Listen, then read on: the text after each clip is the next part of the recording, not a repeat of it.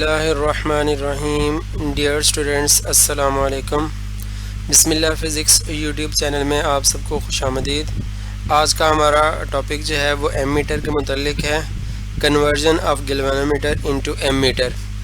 तो सबसे पहले तो हम डिस्कस करेंगे कि एमीटर क्या होता है और फिर बाद में हम डिस्कस करेंगे कि गैल्वेनोमीटर को एमीटर में किस तरह से तब्दील किया जाता है। तो एमीटर वो इलेक्ट्रिकल इंस्ट्रूमेंट है जो करंट को एम्पेयर्स में मेजर करने के लिए यूज़ किया जाता है। ये हमने लिखा है, it is an electrical instrument which is use to measure current in amperes. तो ये वो इलेक्ट्रिकल इंस्ट्रूमेंट है जो करंट को एम्पेयर्स में मेजर करने के लिए यूज़ किया जाता है। ये बेसिकली एक गैल्वेनोमीटर ही होता है, मॉडिफाइड गैल्वेनोमीटर होता है। और आम तौर पे एक गैल्वेनोमीटर जो है उसमें मिली एम्पेयर्स का करंट ही जो है वो उसकी डिफ्लेक्शन को आउट ऑफ स्केल कर देता है।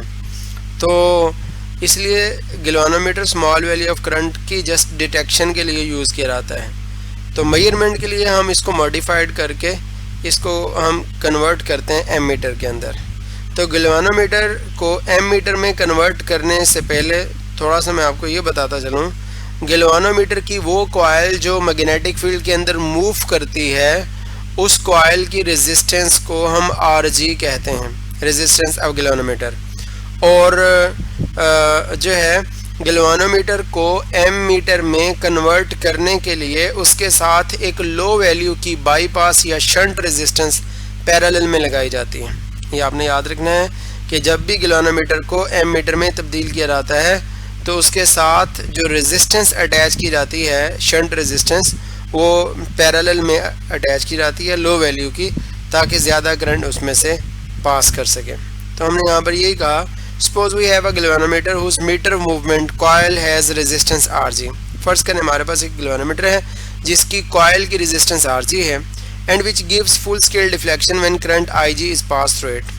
तो जो फुल स्केल डिफ्लेक्शन देता है गैल्वेनोमीटर जब उसमें से IG करंट पास करता है। तो IG वो करंट है जिस पे गैल्वेनोमीटर फुल स्केल डिफ्लेक्शन देता है।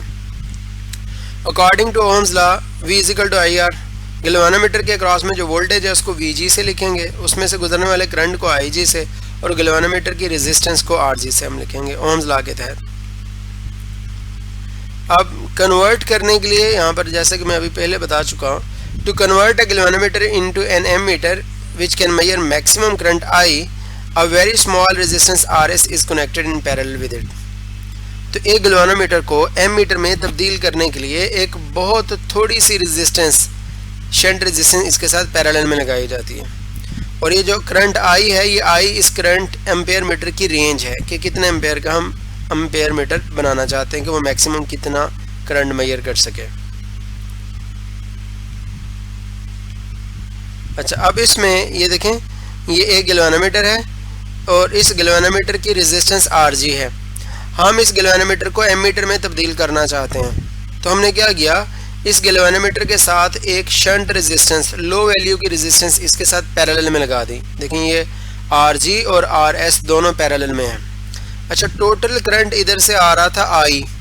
अब इस I में से जो गैल्वेनोमीटर में से करंट जाएगा उसको IG कह रहे हैं क्योंकि इसके दो हिस्से हुए I के। एक हिस्सा RS में से गुजरा है जिसको हम IS कह रहे हैं, और एक हिस्सा IG यानी गैल्वेनोमीटर में से गुजरा है। फर्ज करें, मैं आपको समझाने के लिए कह रहा हूं कि ये I जो है फर्ज करें 10 एम्पेयर था। अब अगर यहां से करंट गैल्वेनोमीटर में से 1 एम्पेयर पास करेगा तो इस RS में से कितना पास करेगा?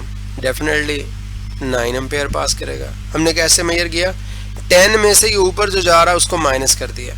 तो यही हमने कहा RS में से गुजरने वाला करंट IS है, और IS की वैल्यू हमने कैसे फाइंड की? टोटल आने वाले करंट में से जो ऊपर जा रहा है वो माइनस कर दिया, बाकी सारे के सारे इधर जा रहा है, I माइनस IG।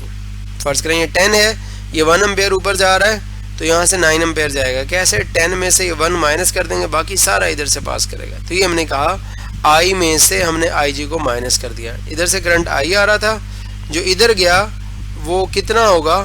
ऊपर वाला टोटल में से ये वाला माइनस कर दें। तो ये हमने किया, I में से IG माइनस कर दिया। अच्छा, अब इसमें से करंट गैल्वेनोमीटर में से IG आया, इस रजिस्टर में से करंट IS आया, दोनों मिलके फिर I हो गए। यहाँ पर करंट के दो हिस्से हुए थे, एक IG एक IS। यहाँ पर दोनों हिस्से मिले, एक आई एस यहाँ पर मिला और एक आई जी मिला, फिर मिल के ये आई बन गया। अब चूंकि आर जी और आर एस दोनों पैरेलल में हैं, तो पैरेलल कम्बिनेशन ऑफ रेजिस्टर्स में वोल्टेज सेम होती है। जितनी वोल्टेज इसके अक्रॉस में है वी एस, इस गैल्वेनोमीटर के अक्रॉस में वोल्टेज भी उतनी होगी, उसको वी जी कहते हैं। तो ये हमने लिख दिया। अच्छा, अब यहाँ पर मैंने इसको लिखा है V S is equal to V G, दोनों के अक्रॉस में वोल्टेज सेम है। वी एस को लिख सकते हैं I S R S Ohm's law के जरिए से, वी एस की जगह पर आई एस आर एस और वी जी की जगह पर आई जी आर जी। यहाँ पर लिखना चाहें तो हम साथ में लिख सकते हैं कि ये जो वी एस है ये हमारे पास बराबर है, ये वी एस बराबर है आई एस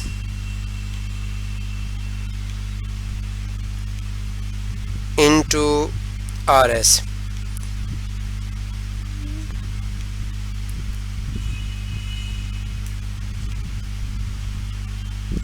हम इस वी एस की जगह पर लिख सकते हैं आई एस आर एस। अगले स्टेप में वी एस की जगह पर ही हम लिख सकते हैं वी एस बराबर है, इस आई एस की जगह पर उसकी वैल्यू पुट कर सकते हैं। तो आई एस की वैल्यू चेक कर लें कितनी है। आई एस की वैल्यू हम यहाँ पर लिख चुके हैं, ये आई एस बराबर है आई माइनस आई जी। तो इसलिए यहाँ पर हम लिख सकते हैं इस आई एस की वैल्यू, क्या वैल्यू है, आई माइनस आई जी।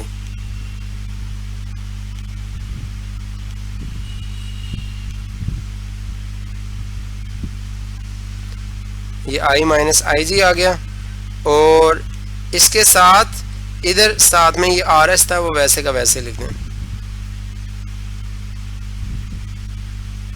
ये हमने आर एस साथ में लिख दिया। अब इस वी एस की वैल्यू क्या आ गई, आई माइनस आई जी इंटू आर एस, तो वो हमने लिख दिया आई minus I ji into are S. और इस वी जी की जगह पर ओम्स लॉ लगाया, आई जी आर जी लिख दिया। ये वाला आई माइनस आई जी इधर मल्टीप्लाई हो रहा था, इधर जाके डिवाइड हो गया। अच्छा स्टूडेंट्स, अब इसमें ये सुनेंगे आर एस जो है शंट रेजिस्टेंस है जो गैल्वेनोमीटर के पैरेलल में हमने लगानी है। I G current at which galvanometer gives full scale deflection. R G is the resistance of galvanometer, it means resistance of the meter movement of galvanometer. Meter movement किसे कहते हैं, गैल्वेनोमीटर के अंदर वो कॉइल जिसने मैग्नेटिक फील्ड में move करना होता है। I is the range of ammeter, कितनी रेंज का बनाना, अगर हमने 10 एम्पेयर का बनाना है एम मीटर, हम चाहते हैं कि हमारा एम मीटर मैक्सिमम 10 एम्पेयर तक मेजर करे, तो हम यहाँ पर आई की जगह पर 10 लिख देंगे। अगर हम चाहते हैं हमारा एम मीटर मैक्सिमम 100 एम्पेयर तक मेजर करे, तो हम यहाँ पर 100 लिख देंगे। हम जितनी रेंज का एम मीटर बनाना चाहते हैं आई की वैल्यू उतनी लिख देंगे। आई जी वही current at which galvanometer gives full scale deflection. जितनी एम मीटर की रेंज ज़्यादा होगी उतना उसके साथ पैरेलल में जो शंट रेजिस्टेंस लगाई जाएगी वो कम होगी। तो शंट रेजिस्टेंस आम तौर पे एक कॉपर की वायर के ज़रिए से हासिल कर ली जाती है। अगर हम जो है वो रेंज गैल्वेनोमीटर की बढ़ाना चाहते हैं तो इसके आई बढ़ाने के लिए आर एस को कम करना पड़ेगा। तो आर एस को कैसे कम करेंगे, जो कॉपर की वायर हम इसके गैल्वेनोमीटर के साथ पैरेलल में लगा रहे हैं उसकी थिकनेस बढ़ाते रहें। जितनी मोटी कॉपर की तार लगाएंगे और जितनी उसकी लेंथ कम होगी तो रेजिस्टेंस भी कम। तो कॉपर की तार की थिकनेस ज़्यादा तो रेजिस्टेंस कम, लेंथ कम तो रेजिस्टेंस कम। तो हम दो चीज़ों के ज़रिए से इसकी रेजिस्टेंस को कंट्रोल कर सकते हैं। अच्छा, अब ये गैल्वेनोमीटर एम मीटर के अंदर कन्वर्ट हो गया। गैल्वेनोमीटर का स्केल इस तरह होता है, यहाँ पर ये दिखाया हुआ है ना, ये सेंटर में 0 होता है, फिर इधर 10, फिर 20, फिर 30 ऐसे होता है। तो मैंने ये दिखा दिया 0, 10, 20, 30। इससे हम करंट को कैसे मेजर करेंगे। अब फर्ज करें हमने गैल्वेनोमीटर को, ये जो एम मीटर बन गया उसको, इसकी प्रॉब्स को सर्किट में लगाया, तो डिफ्लेक्शन गैल्वेनोमीटर के साथ यहाँ पर 20 एम्पेयर आई। अब हम इस 20 एम्पेयर को कितना करंट पढ़ेंगे, रीड करेंगे, तो इसका फॉर्मूला ये है, हमने यहाँ पर एक अजम्पशन ली है कि हमारा ये जो गैल्वेनोमीटर है इसकी मैक्सिमम रेंज जो है वो बराबर है 3 एम्पेयर के। ये जो आई है इसको हम रेंज भी कहते हैं। तो आई की वैल्यू हमने अज्यूम की है कि हमारे गैल्वेनोमीटर की आई की वैल्यू जो है फ़र्ज़ करें कितने एम्पेयर है, 3 एम्पेयर। तो इसलिए हमने ये इधर जो है ये 3 लिखा है। अगर हमारे एमीटर की रेंज 30 एम्पेयर होती तो हम यहाँ पर 30 लिखते। अगर हमारे एमीटर की रेंज जो है वो 40 होती तो यहाँ पर हम 40 लिखते। अगर 100 होती तो यहाँ पर हम 100 लिखते हैं। जितना एमीटर की रेंज होगी, जितनी हद तक हम बनाना चाहते हैं, वो वैल्यू यहाँ पर पुट कर दें। हमेशा उसको हम यहाँ पर लैब में 30 से डिवाइड करेंगे, क्योंकि हमारे पास जो गैल्वेनोमीटर यूज़ हो रहे हैं उनकी मैक्सिमम डिविजन्स की तादाद 30 है। और थीटा डिफ्लेक्शन, फर्ज करें हमने जो गैल्वेनोमीटर बनाया अब वो एमीटर में कन्वर्ट हो गया, लेकिन अब उसकी डिफ्लेक्शन 20 के ऊपर आ रही है। तो 20 के ऊपर ये कितना करंट रीड कर रहा है, तो यहाँ पर थीटा की जगह पे 20 लिखें।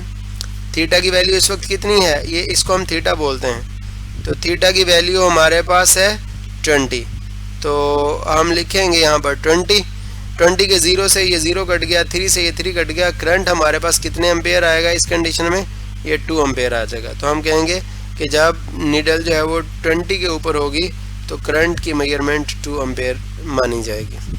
और अगर ये नीडल 30 के ऊपर आ जाए, यानी हमने एम मीटर की प्रॉब्स को सर्किट में लगाया और उस वक्त ये जो गैल्वेनोमीटर है उसकी नीडल यहाँ पर 30 के ऊपर आ गई, अब ये करंट कितना मेजर करेगा, हम यहाँ पर 3/30 लिखेंगे, थीटा की जगह भी 30 लिख देंगे। 30 से 30 कट गया, 3 बच गया। हम कहेंगे इस वक्त एमीटर 3 एम्पेयर को रीड कर रहा है। अब चेक कैसे करेंगे कि हमारा एमीटर जो है वो सही गैल्वेनोमीटर में कन्वर्ट हुआ है या नहीं हुआ, उसमें कोई एरर है। तो उसके साथ एक सीरीज़ के अंदर यहाँ पर जो है वो हम लगा देते हैं। जब एमीटर बन जाता है तो एमीटर के साथ सीरीज़ के अंदर जो है वो हम एक रियल एमीटर जो है वो अटैच कर देते हैं और उस एमीटर की रीडिंग को देखते हैं कि अगर फ़र्ज़ करें ये कन्वर्टेड एमीटर 2 एम्पेयर मेजर कर रहा है तो रियल एमीटर भी क्या 2 एम्पेयर ही मेजर कर रहा है। अगर दोनों सेम है तो हम कहेंगे हमने सही कन्वर्ट किया। अगर उसमें कोई डिफरेंस आता है तो वो भी हम मेंशन कर देते हैं। अच्छा स्टूडेंट्स, ये याद रखिएगा गैल्वेनोमीटर को एम मीटर में कन्वर्ट करने के लिए उसके साथ जो रेजिस्टेंस लगाई जाती है वो पैरेलल में लगाई जाती है। जब गैल्वेनोमीटर एम मीटर बन जाता है, अब ये पूरा एम मीटर है, ये सारा हमारे पास क्या है, ये एक एम मीटर है। अब इस एम मीटर को सर्किट में कैसे लगाते हैं, एम मीटर को सर्किट में हमेशा सीरीज में लगाते हैं, ये आपने याद रखना है। एम मीटर को सर्किट में हमेशा सीरीज में लगाते हैं। एक दूसरा, एम मीटर जो है इसकी रेजिस्टेंस को सर्किट की रेजिस्टेंस से कम होना चाहिए। क्यों कम होना चाहिए, ताकि ये सर्किट का जो एक्चुअल करंट है उसके फ्लो को मुतासर न करे। अगर एम मीटर की रेजिस्टेंस सर्किट की रेजिस्टेंस से ज़्यादा होगी तो ये एक्चुअल करंट को अपने में से पास करने नहीं देगा, जिसकी वजह से सही मेजर भी नहीं करेगा। तो इसलिए एम मीटर की रेजिस्टेंस हमेशा एक्चुअल ये जो सर्किट की रेजिस्टेंस है उससे कम होनी चाहिए। एमीटर हमेशा सर्किट में सीरीज में लगाया जाता है। और आइडियल एम मीटर की रेजिस्टेंस 0 होती है। आइडियल एम मीटर की रेजिस्टेंस क्या होती है, 0। तो अभी अजान भी होना शुरू हो गई है, तो आज के लिए इतना काफ़ी है। तो कल फिर इंशाल्लाह आगे मज़ीद पढ़ेंगे। अल्लाह हाफ़िज़।